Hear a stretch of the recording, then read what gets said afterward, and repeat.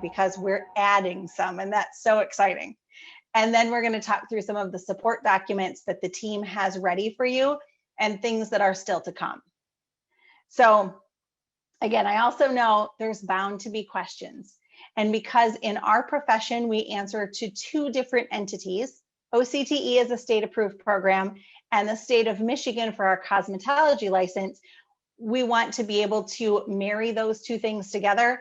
And there may be questions that come up for those of us who understand one more than the other. So you'll see a slide like this throughout the presentation, and I'll pause and ask for questions. But if you're like me, sometimes like those questions are burning in my mind and I need to get them out. So feel free to put them in the chat, and then I'm going to go back and be checking the chat along with Dorothy, who's helping me capture some of these questions so that we can put it in an FAQ document and release that for all of you, just in case we miss anything along the way, or we forget an answer once we think back on this a little later. So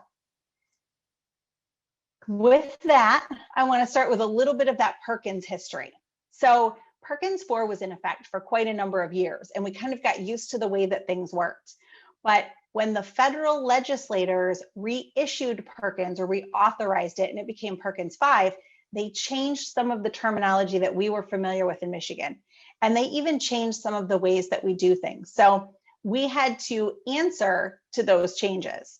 And here on your screen, you'll see the big ones for us. So previously, we had been responsible for a core performance indicator for what we called a program quality indicator. And for that, we use technical skill assessments. So if you're familiar with the numbers, you'll know that it used to be 2S1. It has now changed numbers, it's 5S1. And it's no longer a technical skill assessment, but we're answering and recording credentials. Now for us in COS, we weren't on the previous list, and now we have the opportunity as an industry who holds credentials to be on that list. Also, we were working in segments previously, and the federal legislators named Perkins courses as a way to track student progression through the program. So in Michigan, we had to figure out what a course was, what that meant to us. So we'll be talking about what a course looks like for cosmetology reporting. And then finally, one of the other big changes that we're not going to talk about as much today, but that we'll be talking about in the future, was the change in credit agreements. So the federal legislators really had talked a lot about articulation agreements. And while that's still in the legislation, in Michigan, we're trying to move to more robust credit agreements that transfer from institution to institution or are more regional or statewide. So, and again, in cosmetology, that will be a little bit different for us because our credit agreements may look different. So we'll talk about that in another session. So this change started a few years ago. And when the legislation came out, every state had to write a state plan and tell the federal government what we were going to do as a state to answer to some of these things that we had to be accountable for. And so we had a transition year where we wrote our state plan and we were transitioning from Perkins 4 to Perkins 5. And in the midst of all of that, the pandemic happened. So all of this information should have come your way a little bit sooner, but we had, a little bit of wait time there and some reshuffling to figure out how we were going to do those things in the midst of all of the changes. So unfortunately, we're starting year 2 and you're just now getting this information. So I do want to apologize up front because I know it's been a really tough year. And I know in our industry in particular, it's been a really tough year, both as an educator and as a professional. And then now I'm bringing you yet more change. And unfortunately, we're held to the federal government's timeline. And so this change has to occur. But we're going to be here to support you every step of the way. So that's why we're taking these things in small steps so that we can implement in small ways and work our way up. And actually, I think in our program in particular, this change is going to be a really good thing. And I think you're really going to like it. So I think it's worked out well for cosmetology. So one of the things that we had to determine was that core performance indicator or that program quality indicator. And again, previously it was technical skill assessments, but now the federal government gave us a choice between a very limited number of things. So when we went to write our state plan, the state of Michigan formed an accountability subcommittee, and it had stakeholders from secondary and post-secondary and some other agencies, and they came together to look at what should the indicator be. And the indicator that we chose had to work for both secondary and post-secondary. So we tossed around all of the ideas and all of the options, and in the end, we landed on post-secondary recognized credentials. So those are comprised of the 5 things that you see on your screen. So post-secondary recognized credential is an occupational credential that's recognized either in industry, or it's an educational degree, or it's a license of some sort, or it could be the completion of an apprenticeship. And we chose that because it aligned so well with some of the other things that we were doing as a state. So you'll see on your screen here, it aligned with our top 10 strategic plan and some of the goals that we have in education. And then it also aligned with the governor's 60 by 30 initiative. So we were already doing this in other areas and pushing against this a little bit, trying to get more credentials for students as they left school and for adults out in industry. So it made sense that we followed suit. And we weren't alone. 22 other states, or 43% of the nation, chose post-secondary recognized credentials as well. So while we're doing this work here in Michigan, other folks are doing the work alongside us in their state.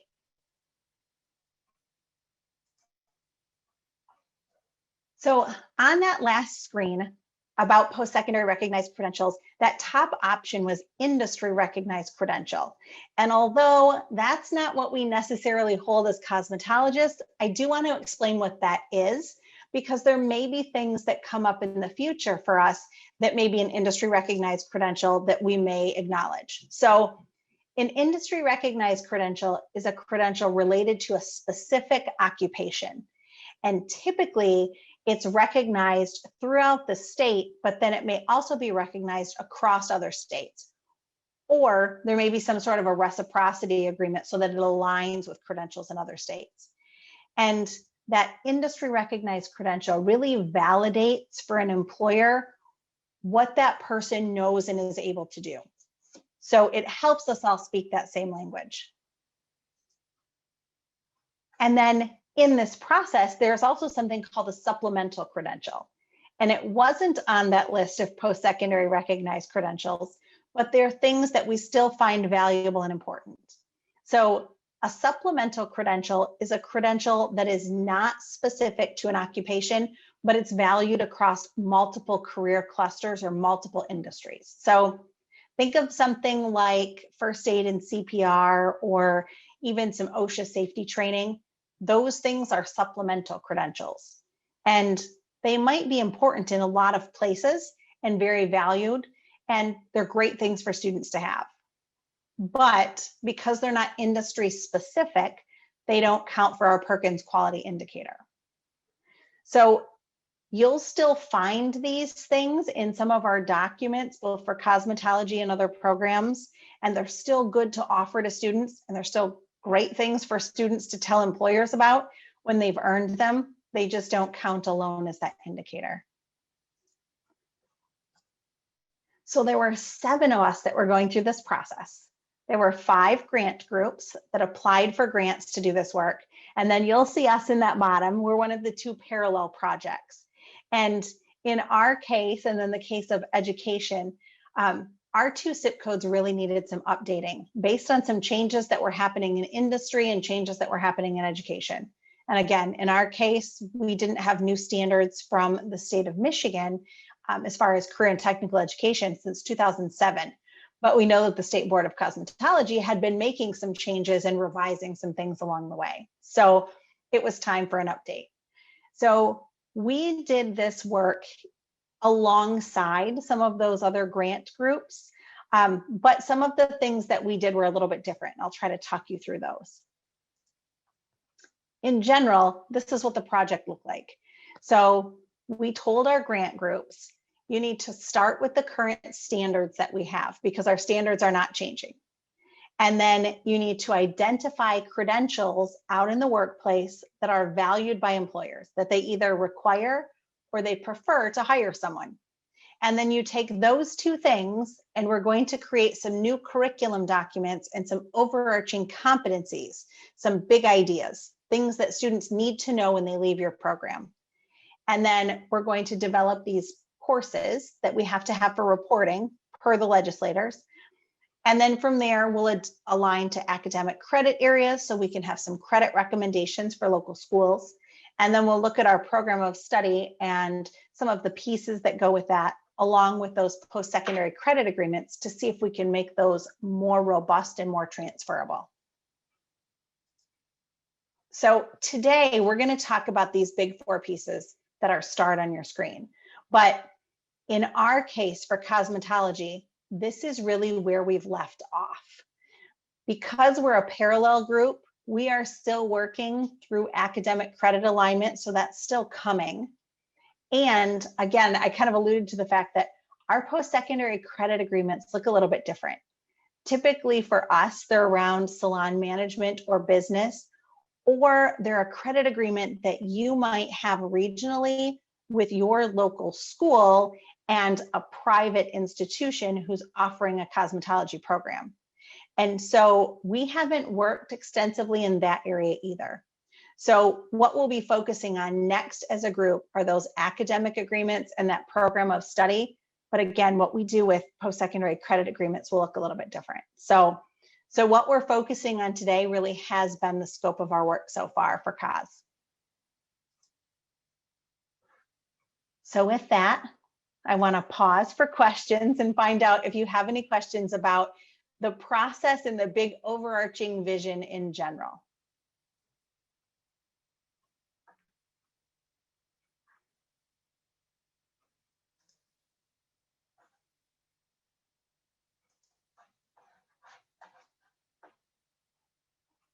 And I'm peeking in the chat.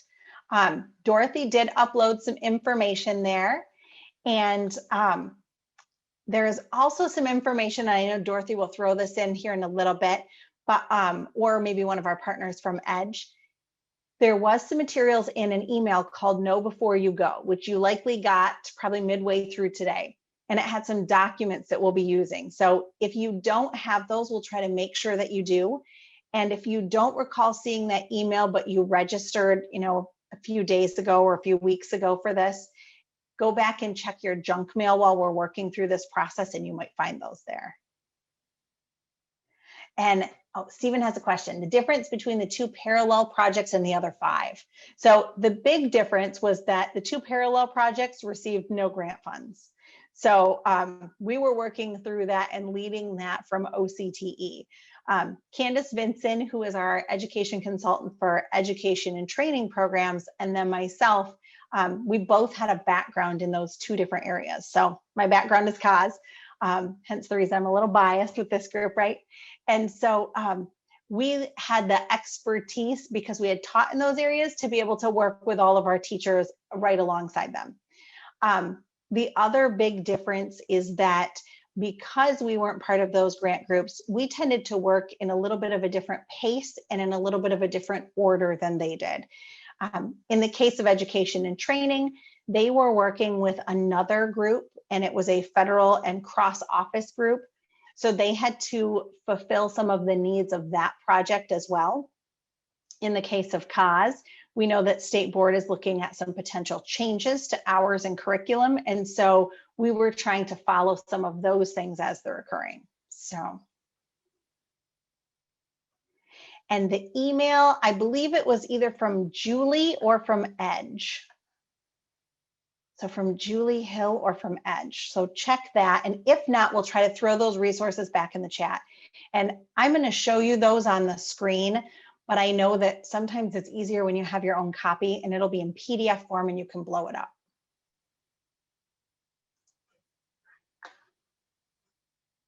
Oh, perfect. Thank you, Stephen. He says Julie Hill at 217. All right, so let's talk credentials, because that's the really exciting part of this particular rollout. being able to tell you some of the work that the group has done and some of the credentials that we've identified for cosmetology. So first, I want to go back and talk just a little bit about those supplementals. In cosmetology, we followed a little bit of a different process than what others did.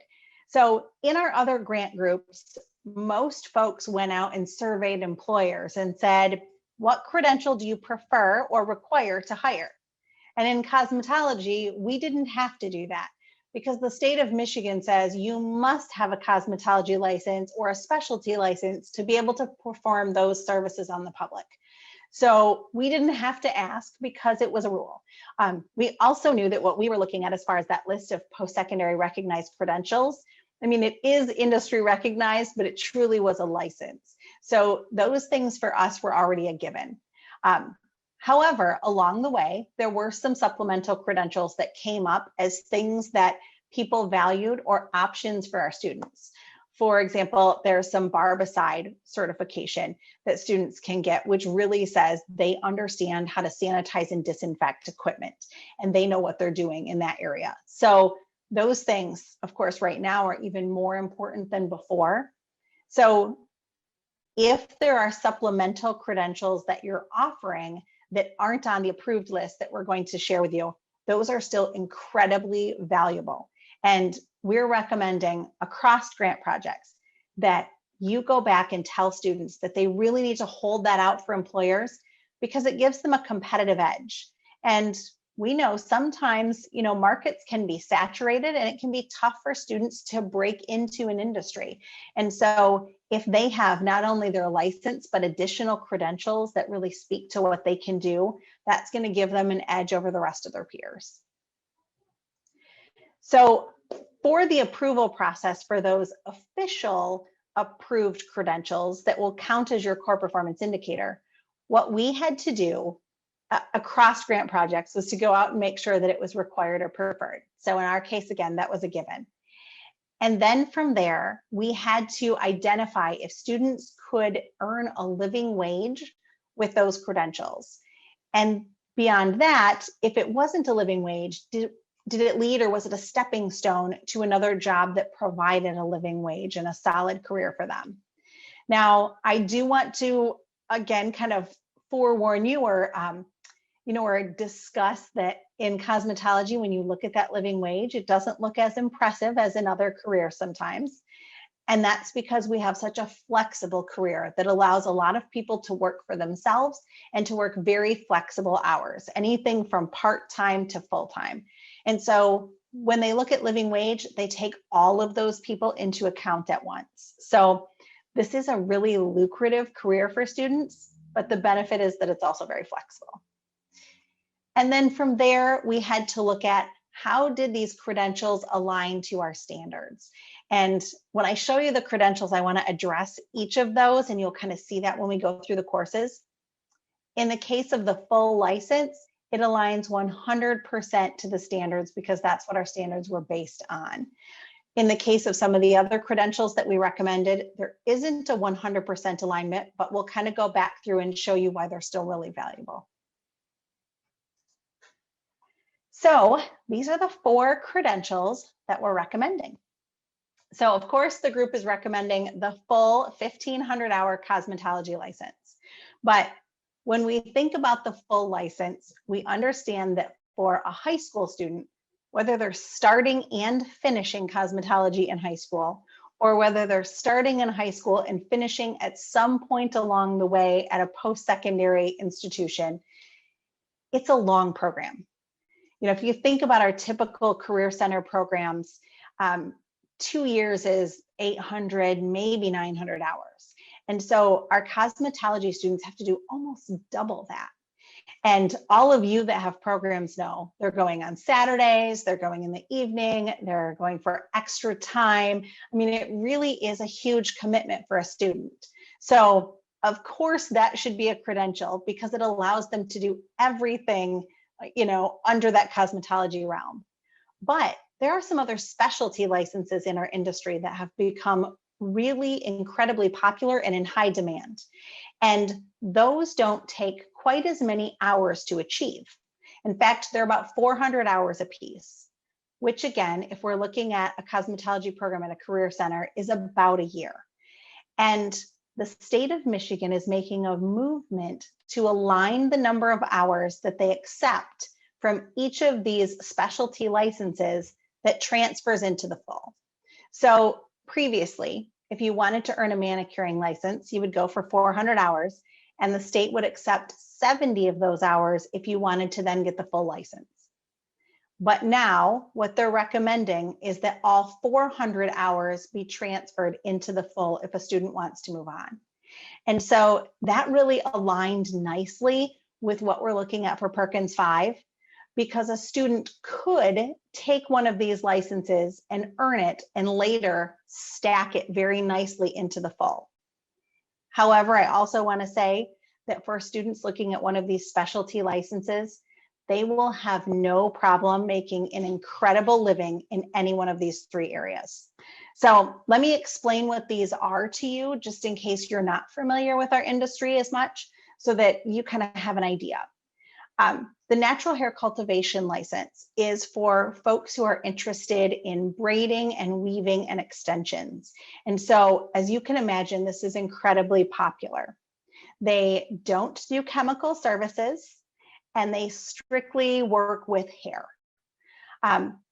If you're interested in a manicuring license, then you're looking at artificial nails and other nail and pedicure services. So, you know, there are nail salons all over, and they're incredibly popular. So they can do nail art, dipped nails, acrylic and gel nails.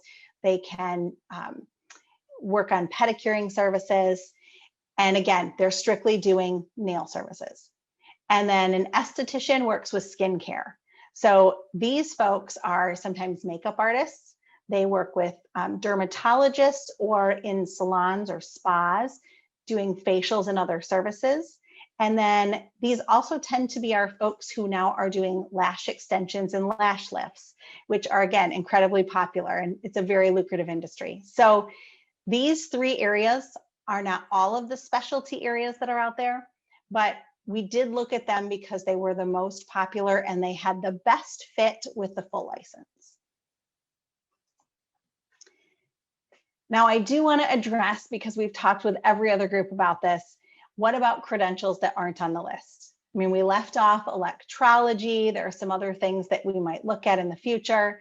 There's barbering. So if you feel like there is a credential that should be on the list but isn't, then there is an option to add that later. So late this summer or early fall, we'll be offering some enhancement grants so that folks can go back and say, you know what, that should have been on the list. I want to tackle that. And they can take that credential and align it to the work that our original group has done with our competencies, and then propose that as a credential for the state.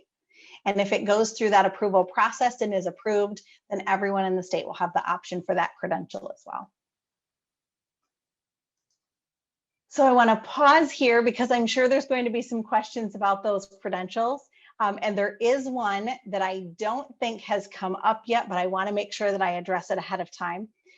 So I'll address that, and then I'll check our chat here for us. So with those specialty licenses, if you have a full cosmetology program right now, we are not going to ask you to change your PSN or apply for a new program status. You will be able to offer that within the current PSN and zip code that we already have. And so that's one of the beautiful things about this process, is that we were able to add that without making you have to do any extra work. So, so I did want to address that. And then let me peek in the chat just to see. I did get a message here from Edge that they are going to send those documents afterward if you don't have them. So if you don't have them, I'm going to share them on the screen and they'll send them after. And then, will a student have to complete the program in order to receive that 400 hours transferred? They'll actually complete that curriculum that the state of Michigan and Laura outlines for those 400 hours, and they can sit for that licensing exam.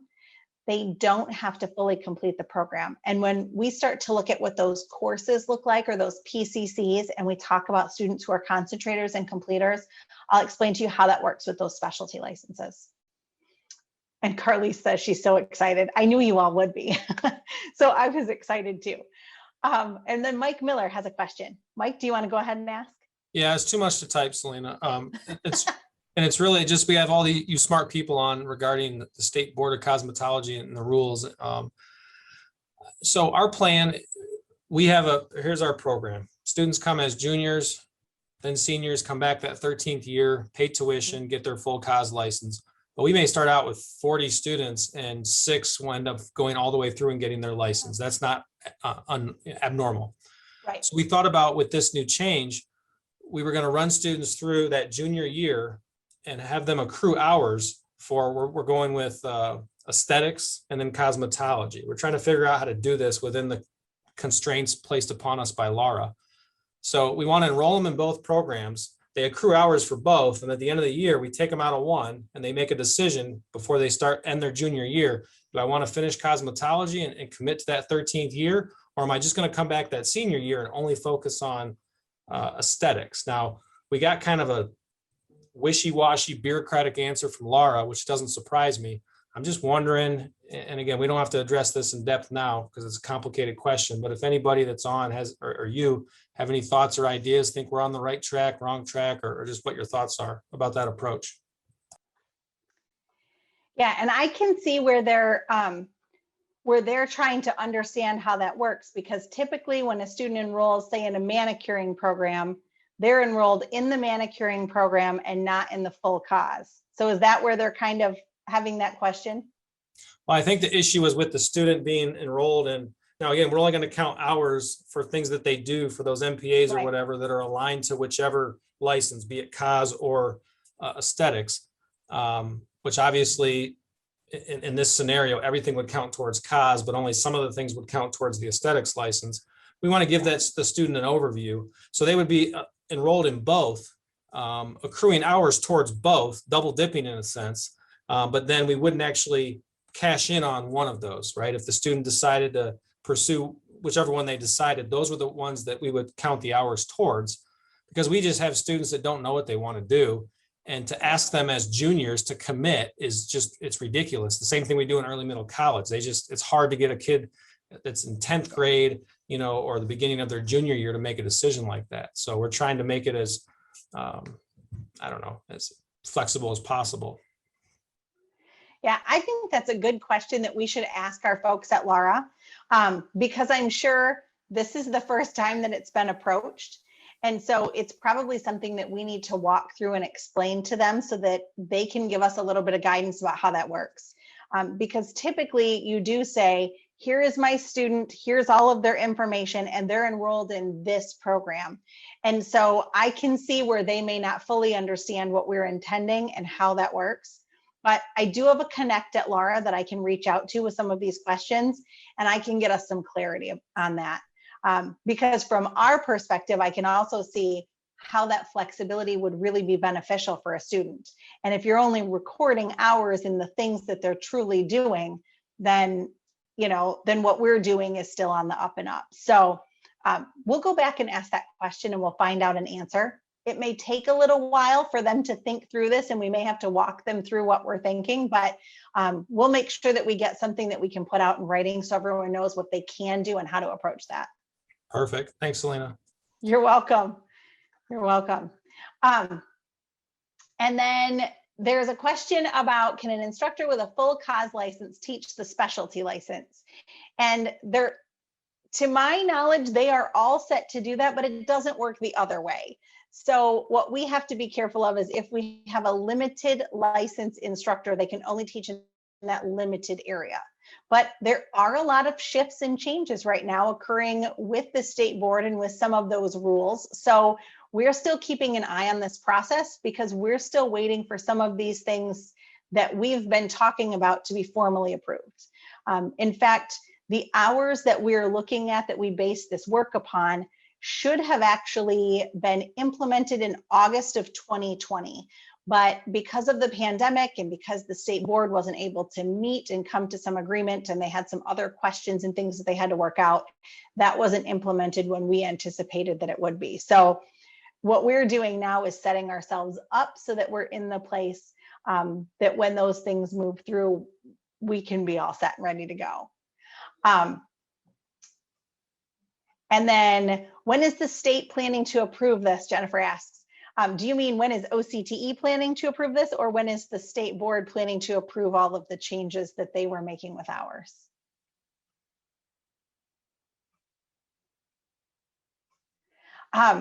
So if it's, state board, she says, you know, again, it was supposed to be August of 2020 that it was going to take effect. So we're still waiting. There were some questions about MPAs and some of those things, and they've done a lot of work with the language in Public Act 299. So we're just waiting for some of those things to take effect. For now, we can move forward as if we know those things are going to happen, because the hours that they require, we're still working within those. So we'll just have to keep our eye on that and keep you all posted. So, and then there's a question about our school only offers cosmetology. Can we just offer manicuring? And yes, that will be possible. So let me show you those courses here in a few minutes, and you'll be able to see how that fits for you. So let me talk you through just a little bit about that change from standards to competencies. And I want to talk about it in relationship to what we have to do for the state license for cosmetology as well, because I understand that we have standards for OCTE, and then we also have licensing requirements. And while we're trying to keep those two things as aligned as possible, that does mean that previous to now, you were reporting in two different systems. So I want to show you how that's going to ease your workload a little bit and how that fits with everything. So when we move from standards to competencies, first of all, the standards that we have in cosmetology through the Department of CTE are not going away. Those were based on the license. Those things, as our group went through them, are still very valid. They're still based on licensing requirements. And in OCTE, we don't want to just eliminate the standards that we had. That's a huge process. So we're keeping those standards, and all of the work that we have done are building on those things. But we're moving to competencies, and competencies are much bigger than the standards that we have. So if you look at our standards document, it's pretty huge. It's a lot of very small little items like apply tint. That's a lot to keep track of on top of the things that you're already keeping track of, like how many times a student does that. So we're moving to bigger overarching ideas. And if you think about competency in academic terms, so like if you're a core academic teacher, if you think about someone who's competent, we tend to say that they're proficient. If you are, say, a salon owner and you think about someone who's competent, that's someone who's able to do all of those services and to do the job that you hired them for. So for our purposes, a competency is a very explicit, measurable outcome that tells you what a student knows and what they're able to do.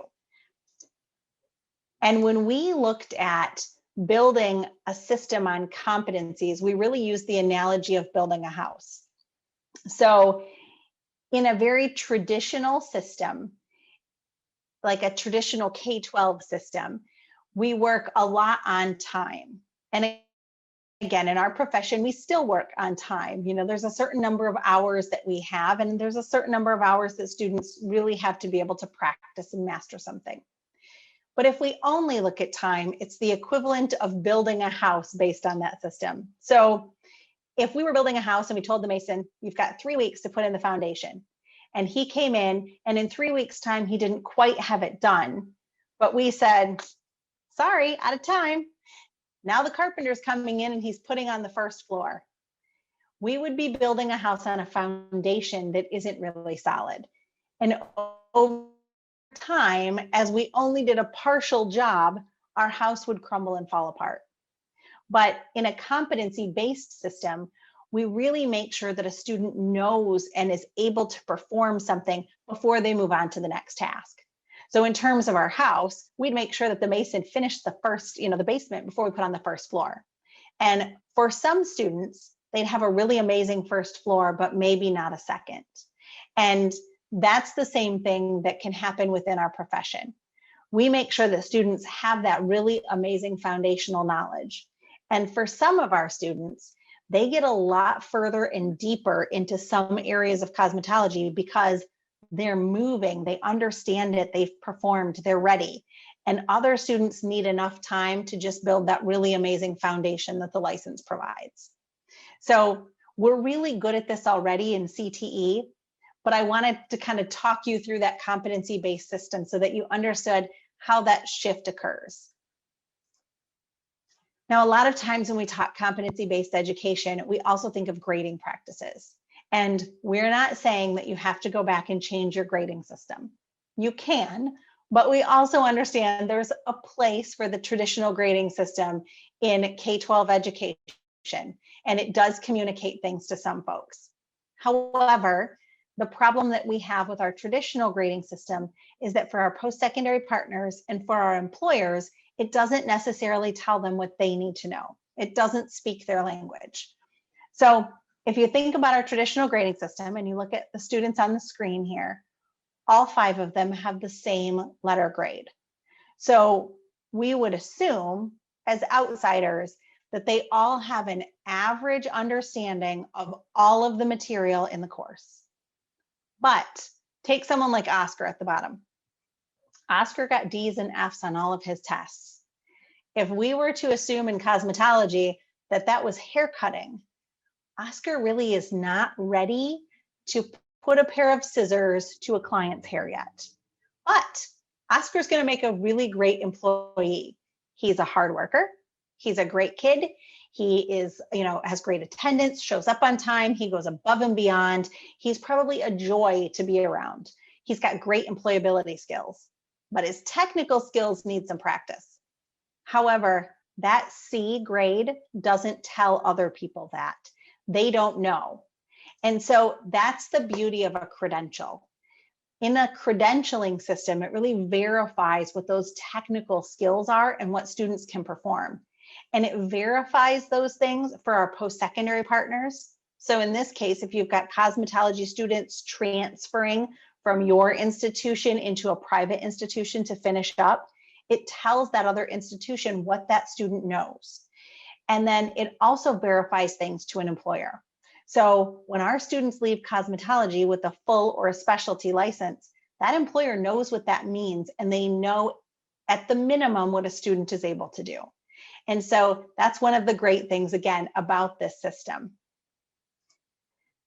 Now, I did mention our standards aren't going away. So I want to explain to you how they were developed and then how we're changing and shifting that.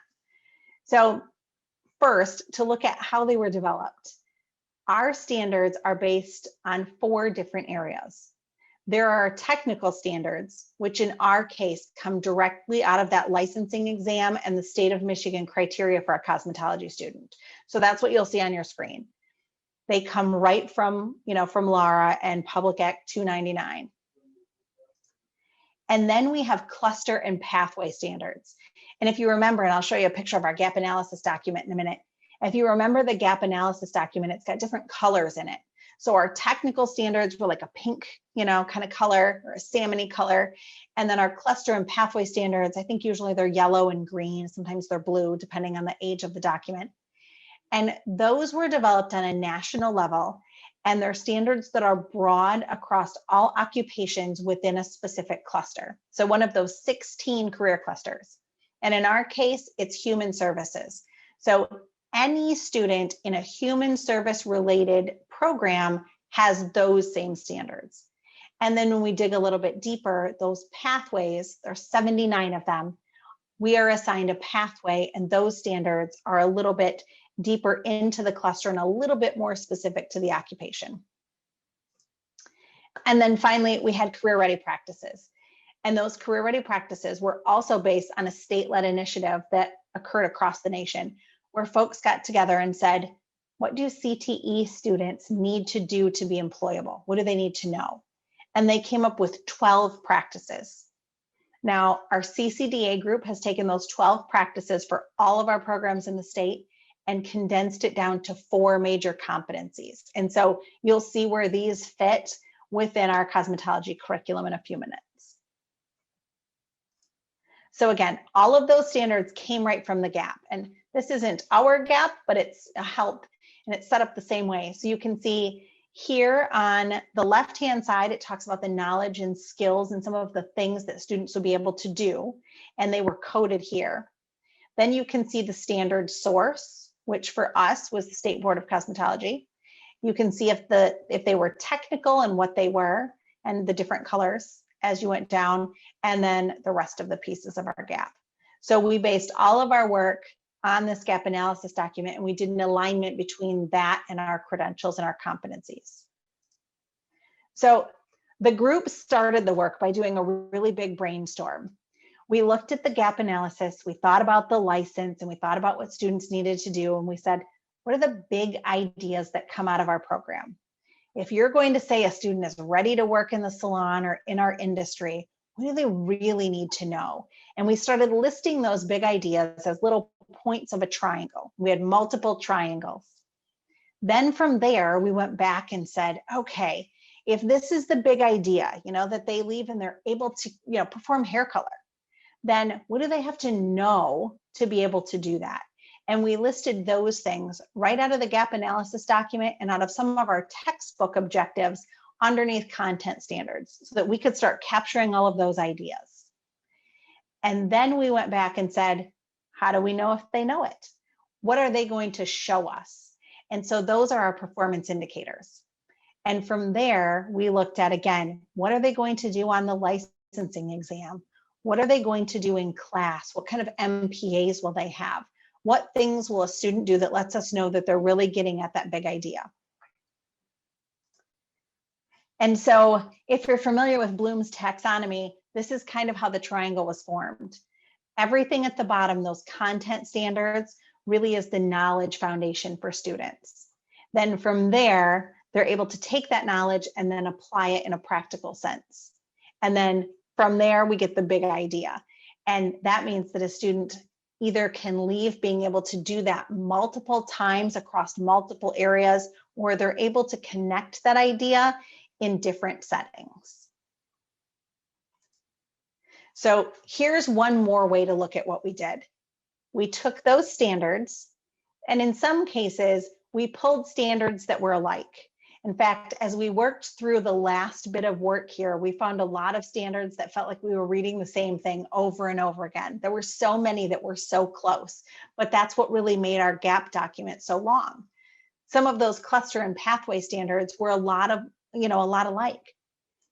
And we grouped them together and came up with a competency or a big idea. So what you see here in the middle are actual standards from our cosmetology GAP document. And then those relate to the competency.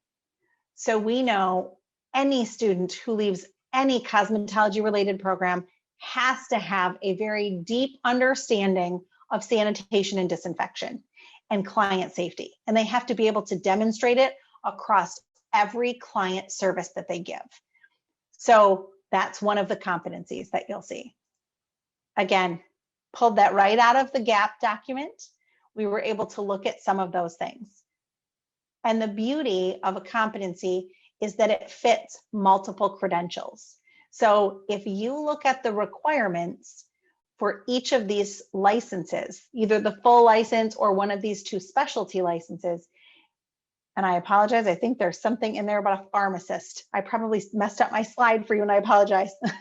So it doesn't make sense here, but you should be able to look across these and see that they're going to do the same thing. So for example, in the cosmetology license, you're going to apply a towel and drape a client, and that's a demonstration of safety. When you go to get your manicuring license, you're going to be able to show that you know how to disinfect your tools and keep from spreading disease between each client. And you'll show that as part of the performance exam that you do for that license. And if you're an esthetician, Again, you're going to show that you're able to disinfect your equipment, that you're protecting the client and protecting their skin, and that you're aware of cuts and other openings in the skin and you know what to do about those in that exam. And we'll fix this before we put that out so that you can see this, and I apologize. So the big idea here again, we took those standards from those 4 different sources. Things that went together then created a competency, and that competency can be demonstrated regardless of what the credential is. So let me show you what our credentials are for cosmetology. And this is one of the handouts that if you didn't get it in the know before you go, you'll get it afterwards. And you'll see here, we separated these by major areas of cosmetology. And these major areas will eventually inform our courses that you'll see. So from here on out, you won't have to do a gap analysis document anymore for cosmetology. You already do an awful lot of documenting for Laura in terms of hours and MPAs. So if you are a well-seasoned cosmetology instructor, you can take this list and you can use these things for your lesson plans, but you won't have to fill out a gap or tell us to what level you teach things. We know that the license takes care of that. If you are a brand new teacher, or if you're doing some curriculum work, or you're looking at new resources, you might want some of that same level of depth that we had with the gap analysis document. So in that case, we have some alignment documents that will be coming for you so that you can dig into each of these competencies and you can figure out what standards align with them and do your work that way. So you will get a copy of this. So now I'm going to pause for questions, and I'm going to peek at the chat here to see if there are any questions in here.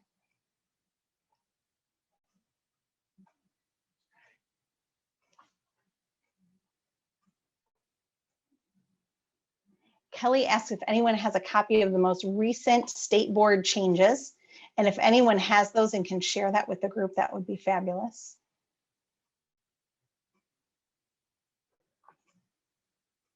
And Mike, you have a question about, can you still get completers if you're only offering manicuring or aesthetics and not the full cos license? And I'm going to show you that coming up in just a minute.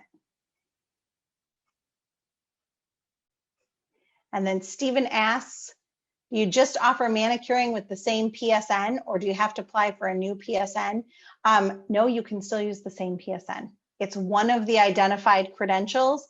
The standards are still the same standards. We pulled from the same SIP so that you didn't have to do that going forward.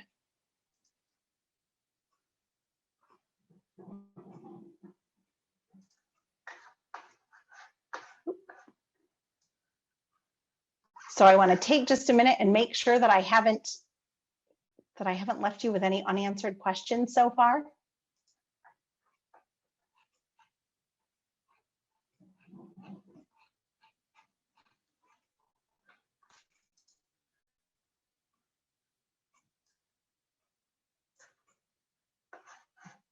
So I'll pause here for just a moment. If you've got anything, go ahead and throw it in the chat.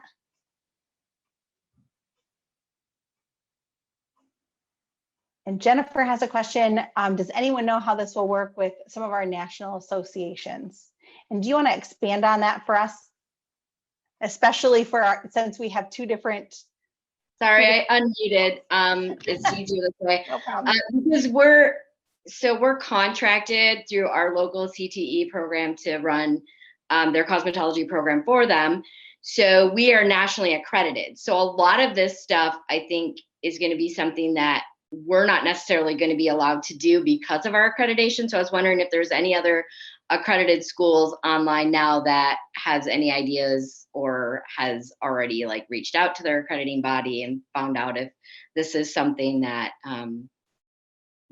that's going to be available for those schools because of the differences of what we're allowed to do and not do with our accreditation.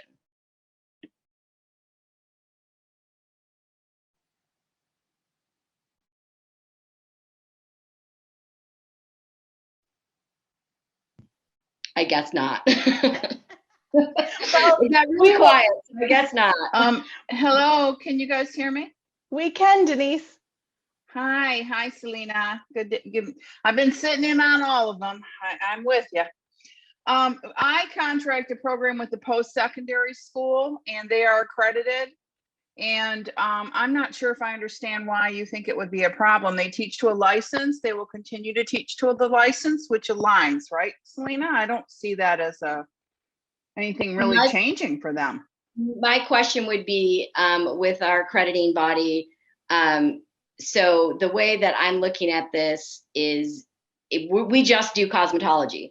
So if we were going to say, oh, well, in the first 400 hours, let's say, because we do senior year only, we decided to put those hours towards, an aesthetics license or towards a manicuring license. I think NACIS would have some, I don't know, I think NACIS would have some issues. Okay. All right. I hear what you're saying. Yep. I just recently had, and it will be an individual decision, I'm sure, for each region, each district, like your program is individual. But what we talked about just within the last couple of weeks is I had an advisory meeting with them, and we talked about this upcoming change, and they are not going to offer any of the other licenses. If they did, then we would have to have that almost be like a second option. So a student, the way we were discussing it was an incoming student would have to decide, I'm going to go for the full cosmetology license and the 2-year program, and I realized everything that's going to involve. Or I'm not interested in full cos, but I'd like to be a nail tech. That would be a second license, and they do offer that license at that school for their adult students because they have adult students there also. But right now, the only thing they offer our high school kids is the cosmetology license, and that was the decision that we made. At least for right now, we're going to just stick with the license. That's kind of what I was thinking. Oops. Does that make sense? Because I don't think you can't do them like simultaneously, I don't think. And with the nail tech, I know there's a big kit that has to be bought. There's different nuances, I think, with each one. Selena would know more about that than me. Anyway, I hope that helps, but that's what we're doing. Yeah, I think that, if you're not running your own program at a career center and you're looking, you're partnered with someone else, then definitely you're going to have to look at what they're willing to do. What we've set up for you as far as competencies and courses, when you see those, I'll show you how you can make that shift in reporting, but still continue to do things the way that you're doing them. So you'll have the option to continue to deliver the curriculum in the same way that you are. It will just shift your reporting a little bit. Or you have the option, as some schools have indicated, to go back and go, oh, wow, this opened some doors for me that I didn't have before. And here's how we're going to change things. So, so you should be okay either way.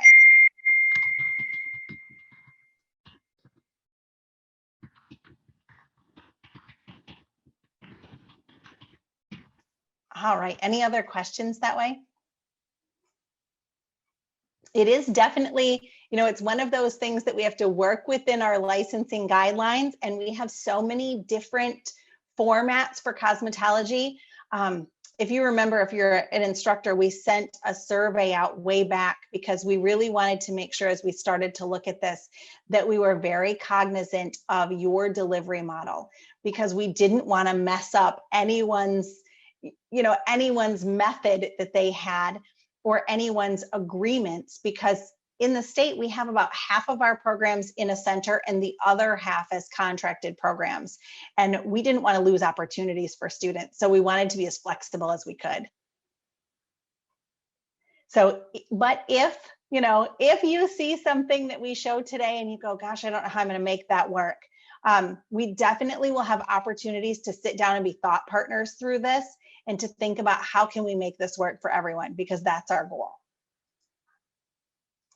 So let me show you those PCCs, or Perkins course competency sets, that we came up with for reporting. And I think this will help answer a couple of the questions that we had earlier when I said, I'll get to that. So our group took those big overarching ideas, and then we had to put those ideas together. So to create these Perkins courses. And this is where it becomes just a little interesting for cosmetology. We told all of the grantees, and so hence also our parallel groups, that in order to create a set of Perkins course competencies, or PCCs, for reporting purposes, we wanted them to have things that were roughly the same. So we told them, take those competencies that are aligned with the standards, and then try to put them into groups that are roughly 80 hours apiece. That way we don't have one course that's, say, 50 hours and another one that's 200, which makes scheduling a nightmare. But now, if you think about cosmetology and a 1,500-hour program, that would have given us 18.75 PCCs. And the federal legislator said, in order to be a concentrator in a CTE program, you've completed 2 PCCs. Now, none of you want to deal with 18.75 courses. And that seemed like an awful lot.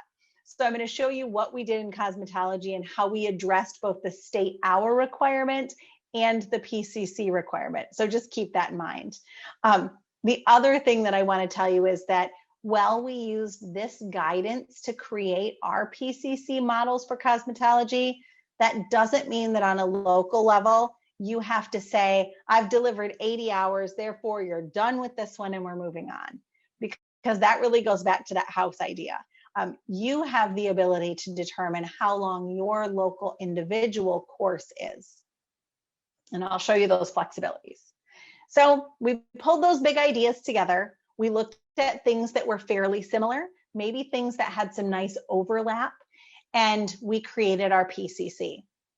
Now in cosmetology, we created 8 of these, and I want to show you the rationale behind how we did that before I show you the PCC. So this is the rationale. In every one of these 4 credentials, there are 2 areas that every student has to cover, regardless of the license that they're getting. And that's sanitation and patron protection, and it's state board prep and salon business. Every one of these has some piece of that in their hour requirements and in their MPAs. So what you see in purple is required for all of those licenses. So we set up 2 PCCs based on the things that everyone had in common.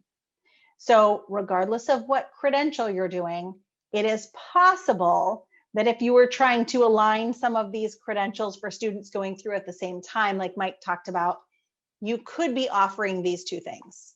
Now, they don't always make sense to do state board prep first.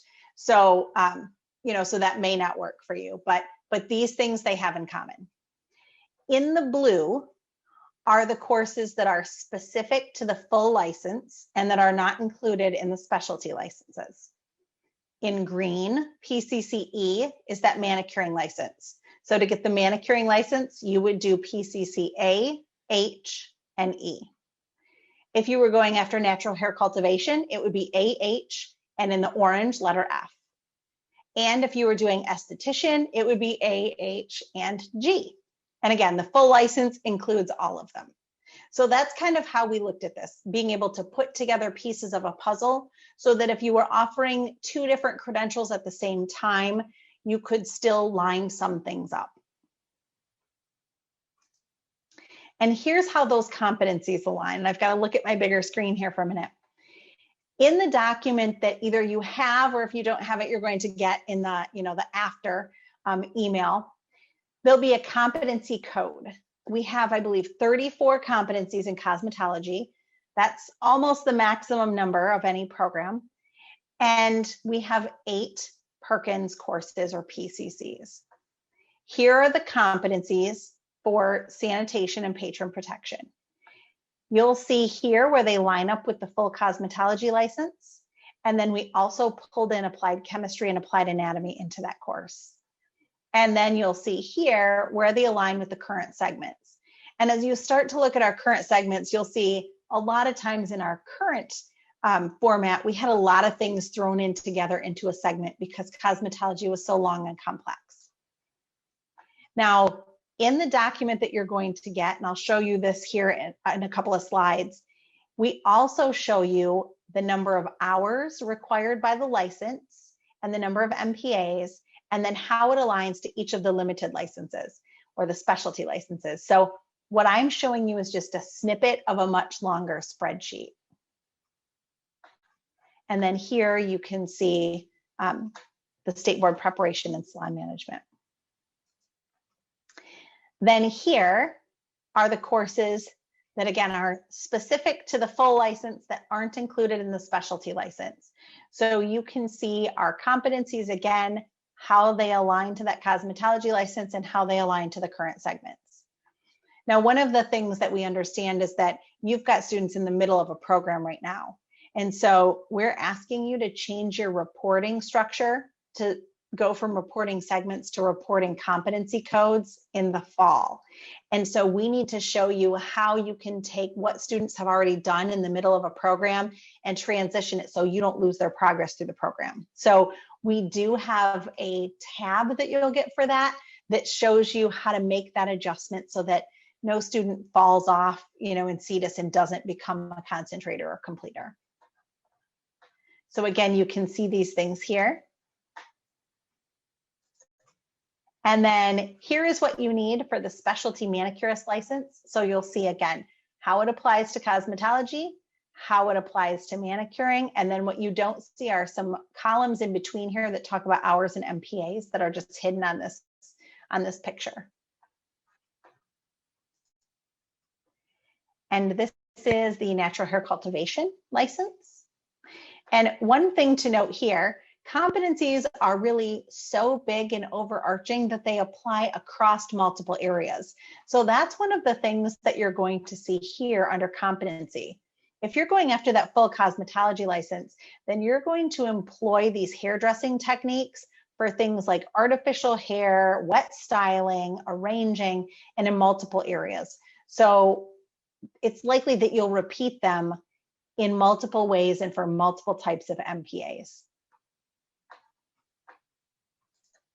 And then finally, here's the course for esthetician. And again, you can see how that stacks up against the specialty license. So there's a couple of different ways that you can think about setting up your program. And I realize you already have a system that probably works. So when I show you these slides, just know that, again, if you have a system that works, we're going to teach you how to keep that and to continue reporting in this new method using your system that works. If you're looking at adding some of those specialty licenses and you're thinking about revamping your system, then you've got some options. And we wanted to be flexible. So what we did is said, well, you could lift the courses verbatim. You could go back in and say, okay, I want to do all of course A, sanitation and patron protection. That's a foundation for everything that we do. We're going to start there and offer all of course A together. Then you could look at course B and say, well, I don't really know if I want to do, say, hairdressing right away. I'm not sure that we're ready for that. I really want to introduce students to manicuring because perhaps we want to do some students who do manicuring and some who do the full license. So I'm just going to switch the order of those courses. And that's totally okay. And you can teach all of another course. Now, I gave you a cosmetology example, but think of this in terms of, say, something like driver's training, because we've all been through driver's training, right? So if I were a driver's training instructor, this might look like teaching my students all about traffic laws first, because there's no way that I want you to be on the road without understanding the laws. So we're just covering that first. That's the first part of segment 1 for me. And then the next course is parking skills, but I don't feel like you can really understand parking until you understand signs and pavement markers. I mean, how can I tell you where and how to park and where you shouldn't if you don't know that handicap parking has a special symbol in a different color? So we're going to cover those things next. And then I'm going to put you in the parking lot in a car and we're going to start working on parking. And that's how I'm going to structure my courses. And that's okay. But you could look at this with more of an integrated model. It might be that what you're doing right now doesn't line up with those PCCs the way that we have them outlined. And we know that. So you might do something that's more integrated. So in academics, think of this like if you were doing things verbatim according to course, you'd be teaching biology and then chemistry and then physics. But in some models, you could do an integrated science that has a little bit of biology and a little bit of chemistry and a little bit of earth science. And then integrated science B, a little bit of biology, a little bit of chemistry, a little bit of physics. That's what this model is showing you.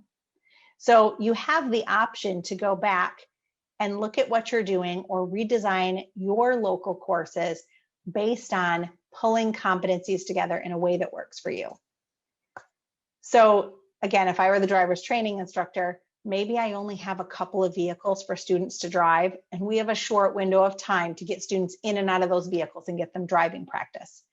So I might pull together an integrated course by saying, I'm going to teach the traffic laws that pertain to basic movement of the vehicle and parking. And then we're going to cover some parking skills, like, again, putting the vehicle in drive and in reverse and what to do, and then how to back in and turn.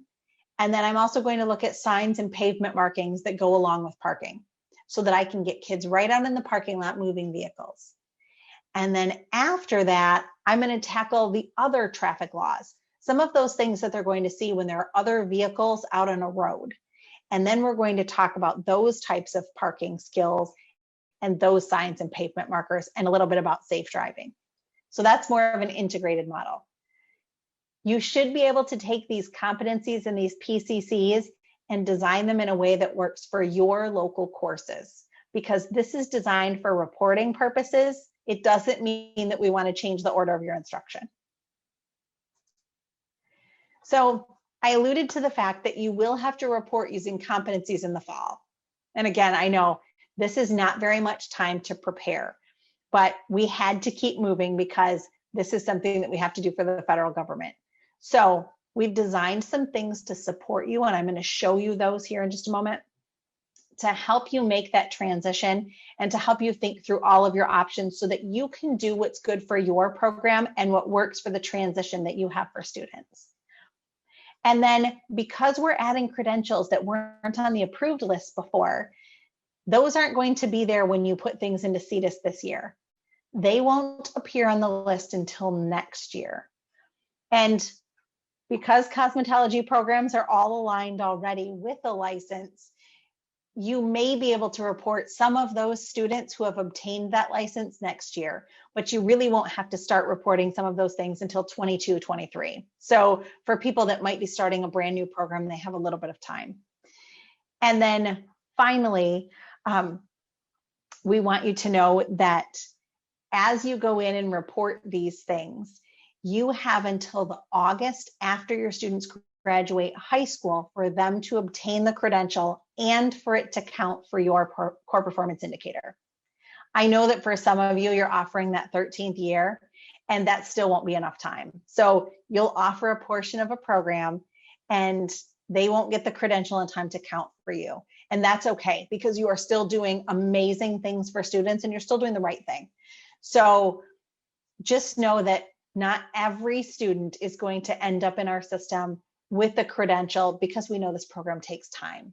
So I don't want you to, to think that you have to change what you're doing that way, because again, it's a 1,500-hour program. It takes a lot of time to get through this. So, so it's possible that you may not have a credential for every student. So I want to pause for a minute and see if there are any questions, anything in the chat that I can answer before we move on to the last little bit of information that I have for you.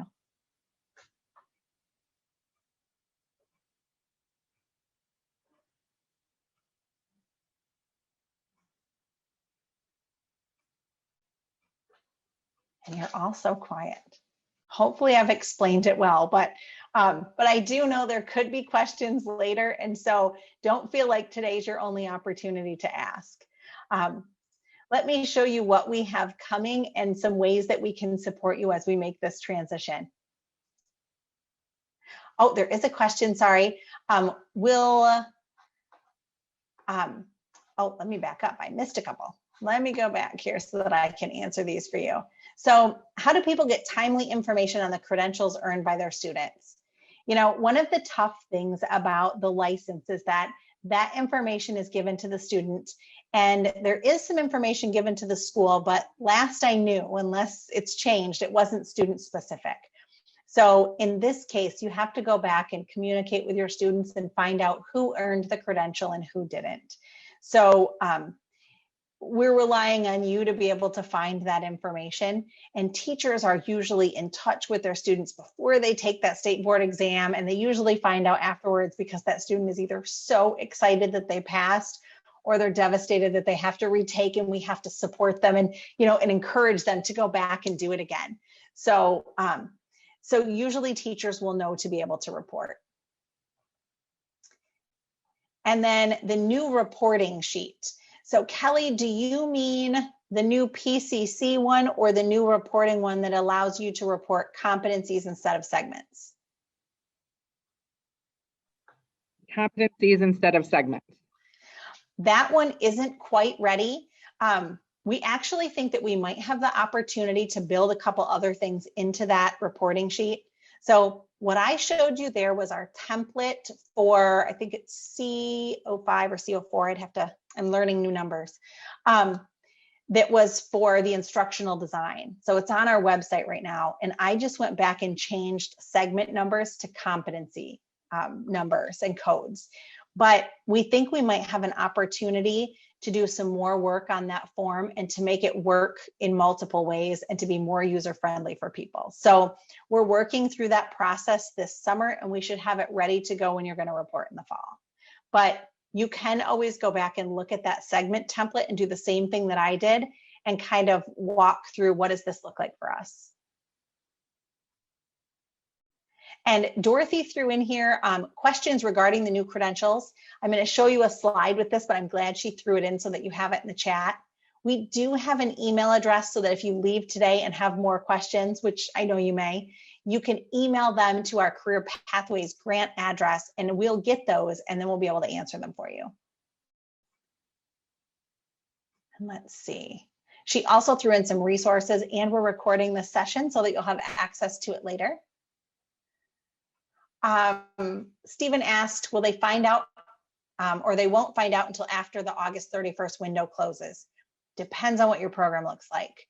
I know as a student, I went 2 years and 2 summers, and I found out mid-August that I passed, but that's not always the case, especially if you're doing a 13th year. So again, there's going to be some students who are making progress through your program who are probably concentrators, but won't have that credential, and you won't even know that they're completers yet. That's one of the unique things about cosmetology. In fact, if you are offering one of those specialty licenses and not the full, you'll have students who are concentrators, who earn a credential, who never technically complete according to our definition of a completer right now, and get all of those competencies completed. But that student is still really successful. They still have gotten a credential. They're going to earn a living wage. They're going to have an amazing career. They have the opportunity later to go back if they really wanted the full license and get it, but you provided them with something amazing. So they may not count in that core performance indicator, but right now we have over 40 other programs that don't count in that core performance indicator either. So I don't want you to think that just because they don't finish, it's not okay. So, so we know that not 100% of cosmetology students will be part of that. When will CETUS be updated? They're working on that right now and working on adding those things to the list so that those new credentials will be on the list starting in fall of 2021. And then what will you do for the fall course report if the program redesign isn't completed? We'll show you how to report using competencies, and you do still have the flexibility, just like you did with segments, to change what you're doing each year. So, you know, once you put something in, you're not locked into that for forever. You can change that each year as well. So we'll help you through that. And I do want to show you this slide. I've showed all of our other programs this slide as well. if the program is currently offering a credential, then, and I know that you all are, you're working toward that in some way, then there's a few things that you can do as far as next steps. Really, I think what we need to look at as a group is, what are you doing? And the big thing for you is, how do you make that transition from reporting segments to reporting competencies? And what does that look like? So we have some support that's coming, some support documents and some support sessions that will help you with. And then I don't want to say that the following 4 rows don't apply, because it might be that you're thinking about some of those new credentials and thinking, gosh, I don't offer those, but I might like to. So in that case, we've given you some ideas of some action and next steps that you can take. I would go back and talk to your advisory committee, talk to your CTE administrator, look at what you're doing and say, do we want to do anything different or not? That's completely up to you, and it's going to be based on what's right for your school and your region and the students that you serve. So that answer will be different for everyone. But if there are some things that you'd like to offer and aren't, this gives you an idea of what you might do next. And then to get at that and to be able to help you and support you well, we've put together a survey. So when we're done today, you'll get 2 surveys in an email along with those documents from the Know Before You Go, so the PCCs and the competencies. One survey will be, how was this professional development session and what can we do to make it better the next time? And then the next survey is the credential readiness survey. And we're asking teachers to fill that out and to tell us, what do you need from us, from all of us collectively, the state and your CTE administrator, and even some resource providers out there and some vendors. What do you need from us to help you be ready for this next step? So we're going to take this information as a state and we're going to sort it by zip code.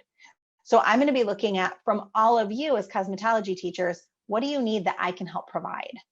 Do we need to push on Laura a little bit and say, hey, how do we get this information for our students and can it be sent to our teachers? Do we need to work on that? Do we need to work on professional development around how to do some different things, or how to implement some of those specialty licenses? Do we need some resources from our vendor partners to be able to offer some of this? Whatever you tell me that you need collectively, I'm going to look at those results and see what can we provide. And then we're also going to pass this information along to your local CTE administrator. Now, I know likely you're probably the only program in your region. So they'll be working, and they'll probably have talked to you already when they get this information. But that way they know what you need and they can help look at that regionally or even in an area of the state, or they can look at that with your contracted partners and they can figure out how they can help support you as well. So we want to make sure that we're helping every step of the way and that we're making this transition as easy as possible. So make sure you fill that out for us. The other thing that I want to let you know is that you need to know your CPID number and your region number for this survey. So if you don't know those, ask your administrator before you open it and fill it out. And then finally, we're working on some help sessions. So we know that there's going to be a lot of questions. And we know that, I throw all of this at you today, you get a glimpse at documents, and then you're going to walk away and think about this and think of questions that you didn't think to ask that now you have. So we're offering some Q&A sessions in June. There's 3 of them. You don't have to go to all 3. In fact, if you don't have any questions and you feel okay, you don't have to go to any of them. But what they're going to be are Zoom meetings where you enter a breakout room with me and we just chat informally. You ask a question, I help you find an answer, or we work through things together. So we didn't know where you'd be at as far as summer sessions with your students or, transitioning students and helping them to graduate, if you were on vacation or on summer break or not. So that's why there are 3. And then closer to this fall, we're going to have some resources around instructional design. So how do you move from segments to competencies? And I've got actually an Excel file for you that allows you to sort things multiple ways so that you can look at, if I were teaching segments in this order, here's how the competencies align. If I'm thinking of doing this, here's what it will look like. So we're going to provide you with that resource and help you make that transition. So if you know what you want to do, we can help you figure out how to fill that out and make sure that there aren't any gaps in your data. If you don't know what you want to do, but you want to think through different things, we'll help you with that as well. So again, 2 sessions, just because it's end of summer and a great time for a vacation, and we didn't want to just offer one and miss you. But you can come to either. You can, if you don't need it, then you don't have to attend. Or, if you really want to pick my brain at both of them, you can do that too. So those are there for you. And I believe Dorothy has put in our chat how to register for those and where to go to get those registration links. And then finally, here's the email address that we put in the chat earlier. So if you have questions and you just want to reach out and ask, you can do that as well. And then we'll be taking all of the questions from today and any questions that we get between now and through that Q&A, that last Q&A session, and posting all of those so that we can all benefit from learning from each other. So, maybe somebody asked a question you didn't think of, but later on it becomes a question and you'll be able to go there and look. So